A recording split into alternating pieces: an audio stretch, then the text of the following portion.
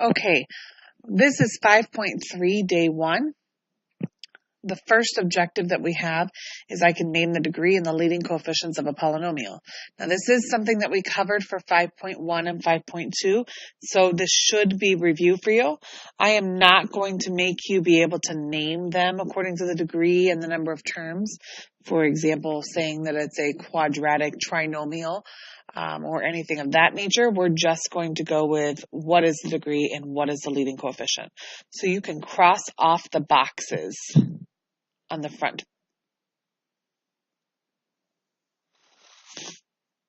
So let's remind ourselves what the degree is and what the leading coefficient of a polynomial is.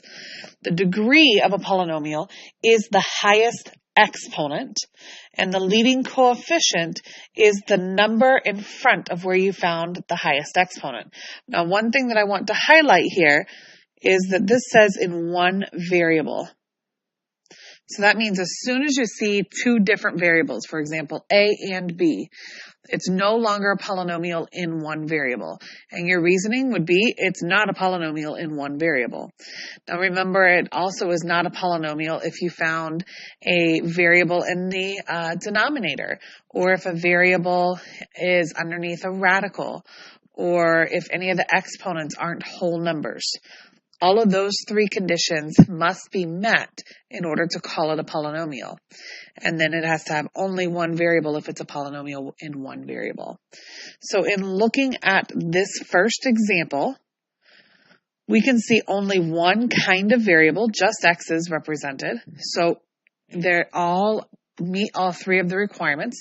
There are no variables in the denominator, there's no variables under a radical, and all of the exponents are whole numbers.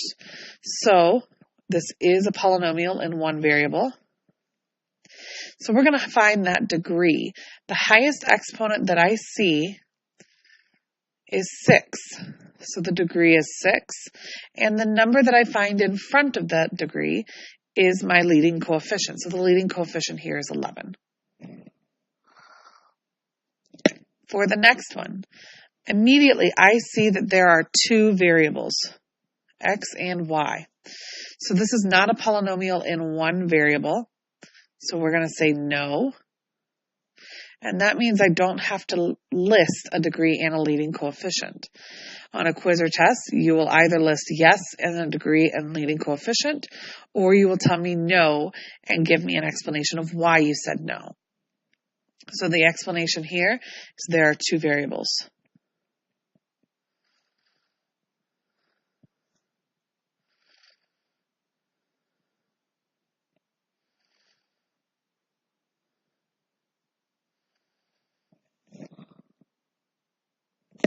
Let's turn the page and take a look at what other objectives we have. For today, we have one other objective, and that is I can evaluate polynomial functions for a given value.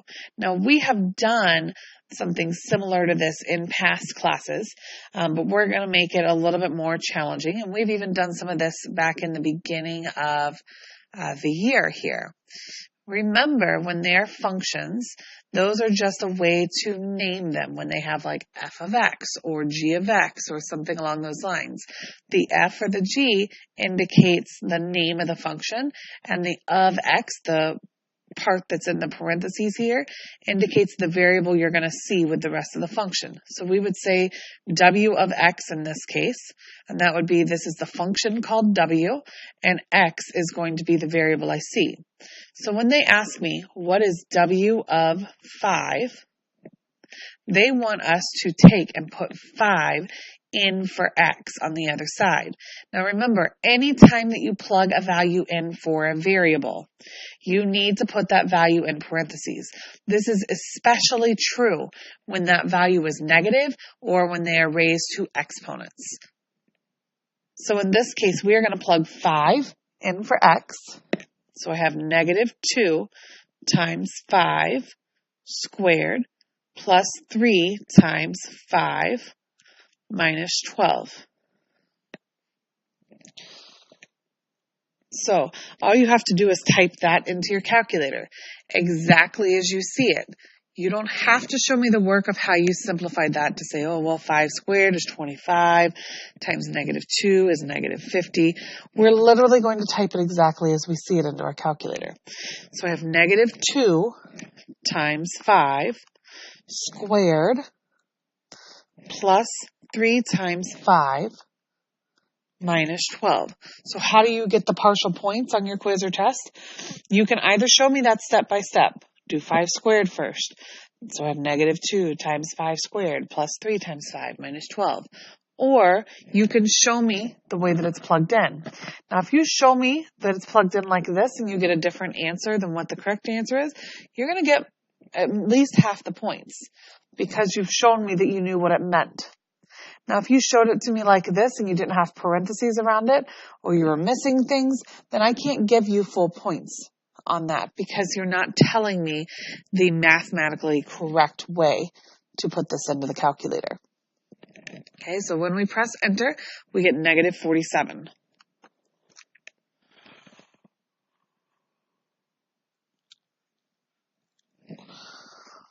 For the next one, it's asking, what is W of -4? So again, they are saying for the function called W, I want to put -4 in every time they see X. So I have -2 times -4 squared plus 3 times -4 minus 12. Again, remember to put parentheses around anything that you are plugging in for a variable. So we're going to again type this into our calculator exactly as we see it.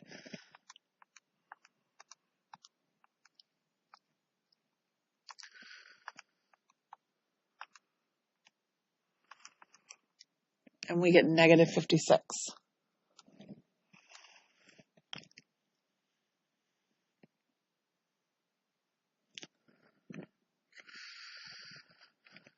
We're going to do this one more time, but with a different function. So it's still the function called W, but this time we're going to change to 2x to the fourth minus 5x cubed plus 3x squared minus 2x plus 8. And we're going to plug in 5 for all 4 of the x's that we see.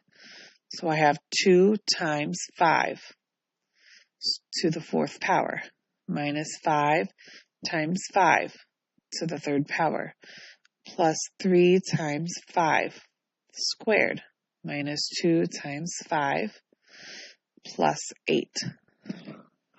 And again, if you showed me that whole work of what it looks like plugged in, that's the only work that I am requiring from you. So we have 2 times 5 to the 4th power minus 5 times 5 to the 3rd power plus 3 times 5 squared minus 2 times 5 plus 8. We get 698.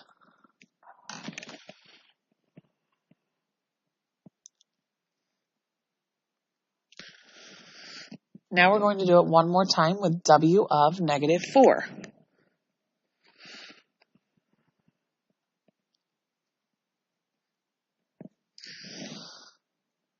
So we have 2 times -4 to the 4th power minus 5 times -4 to the 3rd power plus 3 times -4 squared minus 2 times -4 plus 8. Ran out of room, sorry. So again, we're going to type it into our calculator exactly as we see it.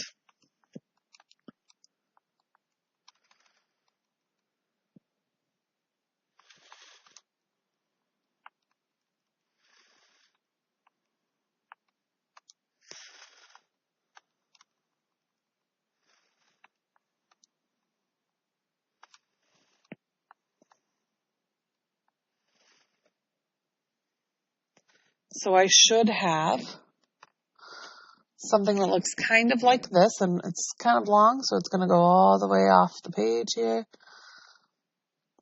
And we press enter. We get 896.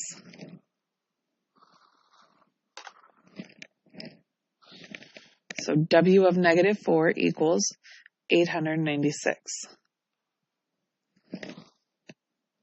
So we should have a good understanding of what happens when it asks for W of a number or F of a number. What happens, though, when it gets a little more complicated and we start putting expressions and variables in for what we want to solve?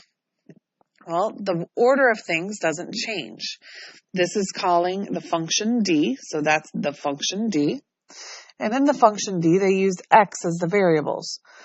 And it is asking in question A to put 3y in for x. So we are going to find d of 3y. So when I rewrite the function d, I'm going to rewrite it so that 3y goes in every time I have x. Now, unfortunately, now that we've introduced this variable, we are unable to just type it into our calculator to get a number. So we really do have to use our order of operations here. So the first thing that we're going to do is we're going to square this 3y. Remember that that means that it's taking 3y times 3y. So I have 3 times 9y squared plus 6 times 3y gives me 18y.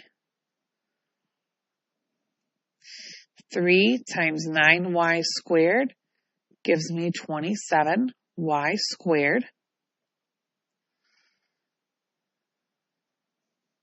And we can only combine things that have the same variable with the same exponent. So since this is the only y squared, it can't combine with anything else. This is the only term that has just a y. It can't combine with anything else. And this is the only term that doesn't have a variable. So my final answer is this polynomial here. 27y squared plus 18y minus 10. Let's take a look at B. This time, we are asked to look at a function called c. And instead of putting x, we're asked to put y to the third. So I'm going to change colors just so that we can see the difference in the problem that we are creating here. So we have c of y to the third will look something like this.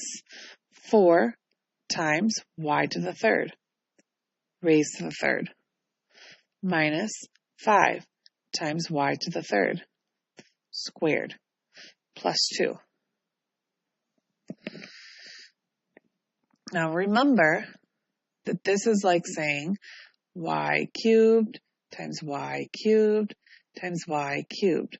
That's why we spent all that time in 5.1 learning those exponent rules. It builds us up to be able to do things like this. And remember, the shortcut to this is saying that we can multiply these exponents. So I have 4y to the 9th minus 5, 3 times 2 is y to the 6th plus 2. And I can't combine any like terms there because none of them have the same variable with the same exponent. So this is my final answer. Now we've just made it a slightly bit more complicated here in part C. Part C wants us to take negative 4 and multiply it by d of 3z. Now the rule when you see all these parentheses here is that you want to work from the inside out. So we're going to focus on what's inside those brackets here. We are going to first find what is d of 3z. And remember, we just talked about this. That means that it wants us to take the function called d and plug 3z in for it, which should be easy enough for us now that we've had some practice. So 3 times 3z in for x squared plus 6 times 3z.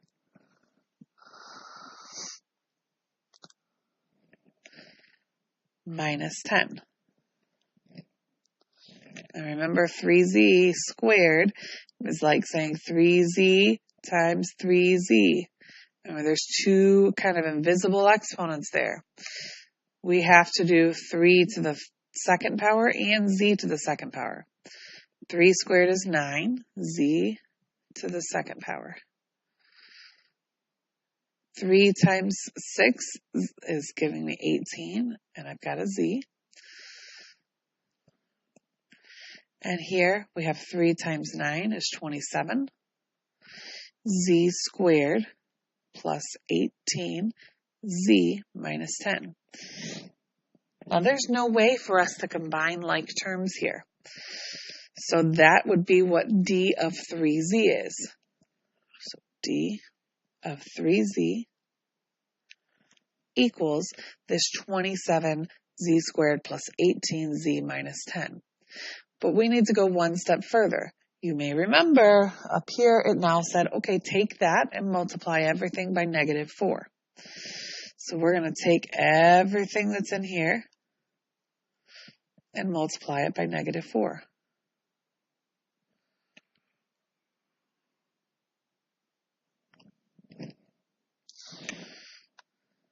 So -4 times 27 gives me -108z squared. -4 times 18 gives me -72z. And -4 times -10 gives me +40. So there's my final answer.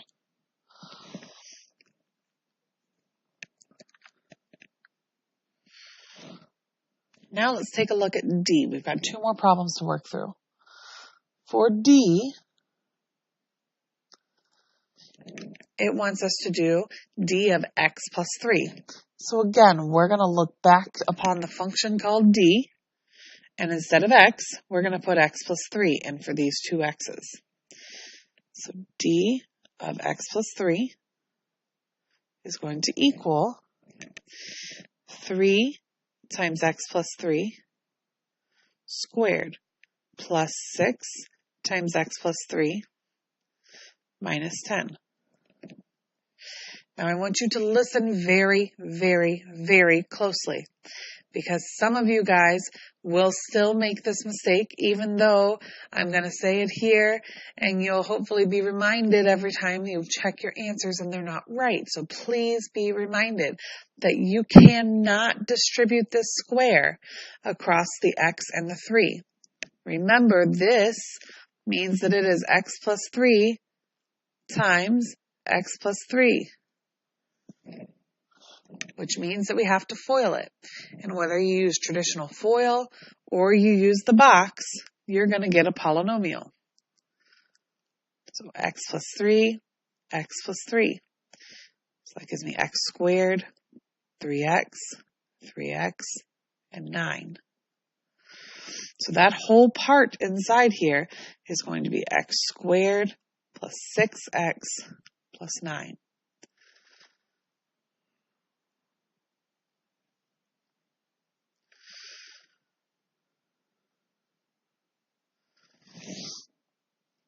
Do not be fooled into saying that that is x squared plus 9, because you will be missing a middle term there. This is what we call a perfect square trinomial, and if you remember, in chapter 4, this is what we often tried to make when we were completing the square. So, we're going to now finish out the problem, distribute the 3 across all 3 of those terms. 3x squared, 18x, and 27. This 6 is going to be distributed to the x and the 3. So 6x, 18, and minus 10. Now we're looking for like terms. There's only one term that has an x squared, but there are 2 terms that have x in them. So 18x plus 6x gives me 24x. And there are 3 terms that are just constants. So we have 27 plus 18 minus 10.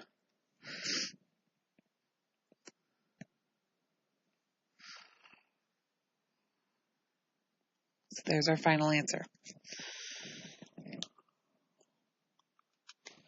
So each one you can see added just a little bit more of an element to it. And that brings us all the way down here where we're going to put it all together. We're going to use both the function called C and the function called D. And remember, we're going to work with the inside out. So we want first to find out what C of 4a is.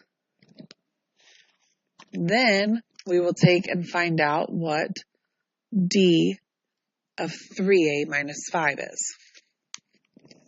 So C of 4a.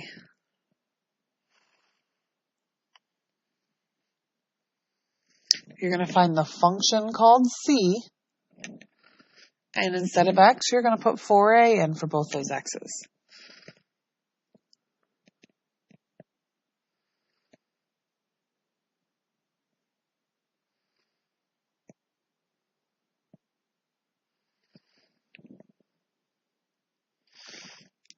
So I have 4a to the third power.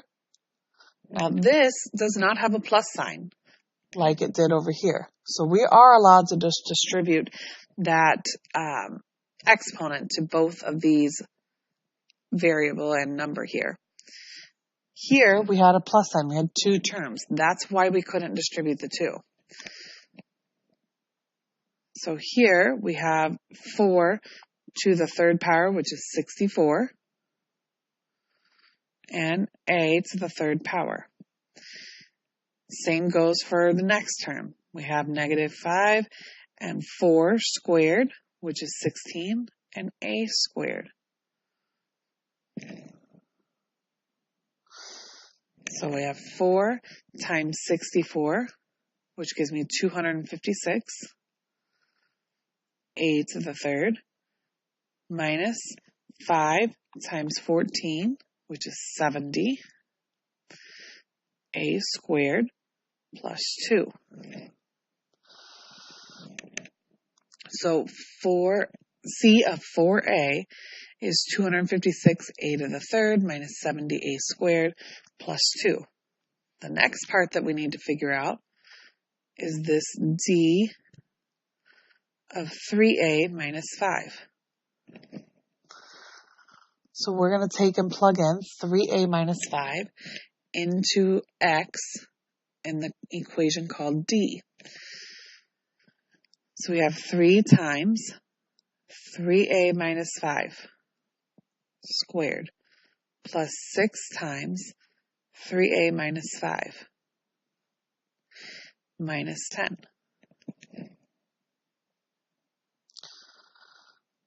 So remember, we are not allowed to just distribute this square here.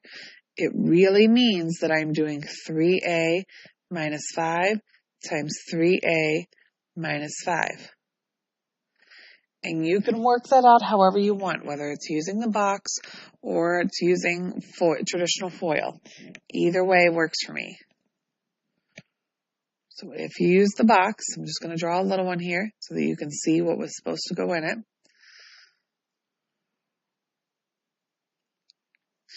We have 9a squared minus 15a minus 15a plus 25. So that gives me 9a squared minus 30a plus 25.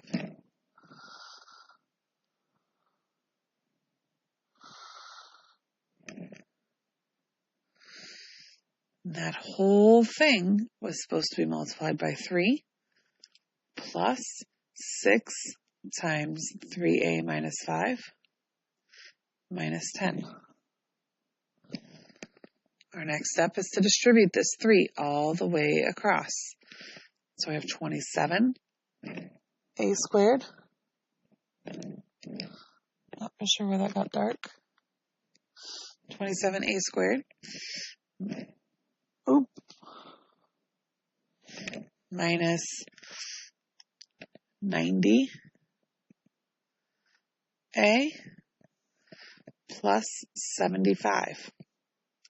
And this 6 is going to be distributed. So I get 18A minus 30. And I still have that minus 10 hanging out. So I only have one term that has an a squared in it, so it's going to stay by itself. I have two terms that have an a in it, so I have negative 90 plus 18, which is negative 72a. And then I have three terms that don't have any sort of variable there. So we have 75 minus 30 minus 10, which gives me a whopping 35. So d of 3a minus 5 is this polynomial down here. Now, if you look back at the original thing that they asked for us to take 6 and multiply it by this polynomial. So 6 times 256 a cubed, 256 a cubed minus 70 a squared plus 2. And they wanted us to add that to 2 times our orange polynomial here. 27a squared minus 72a plus 35. So now we're going to distribute 256 times 6 gives me 1,536 a cubed. 70 times 6 gives me 420 a squared. And then 6 times 2 gives me 12. Now the orange part. 2 times 27 gives me 54.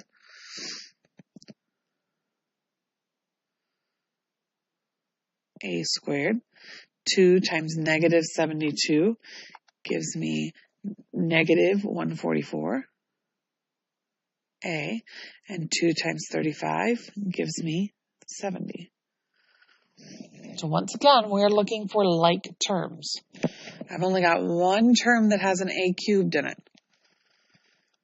1,536 a cubed. But I've got two terms that have an a squared in them. So I have negative 420 plus 54, negative 366 a squared. I only have one term with an a in it, so negative 144a. And I've got two terms that are constants with no variables. So that gives me a total of 82.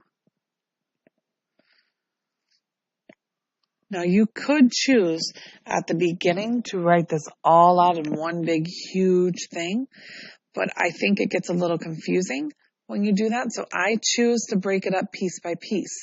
So I encourage you guys to maybe use colors or columns to kind of keep all of those pieces straight. Now remember, your homework is found underneath the calendar at the front of your notes. If you don't have that paper anymore, there are plenty of copies up front in the black binders. And as always, if you guys have any questions, feel free to text me using Remind. You can try and email me too. It's just a little harder for me to see pictures on my phone from email. They don't always download properly. And I will do my very best to answer those questions. But keep in mind the quiz over this won't be until after finals. So you will have plenty of time to get your questions answered about this. All right. Thank you very much. And you guys need to get started on your homework for the rest of the time.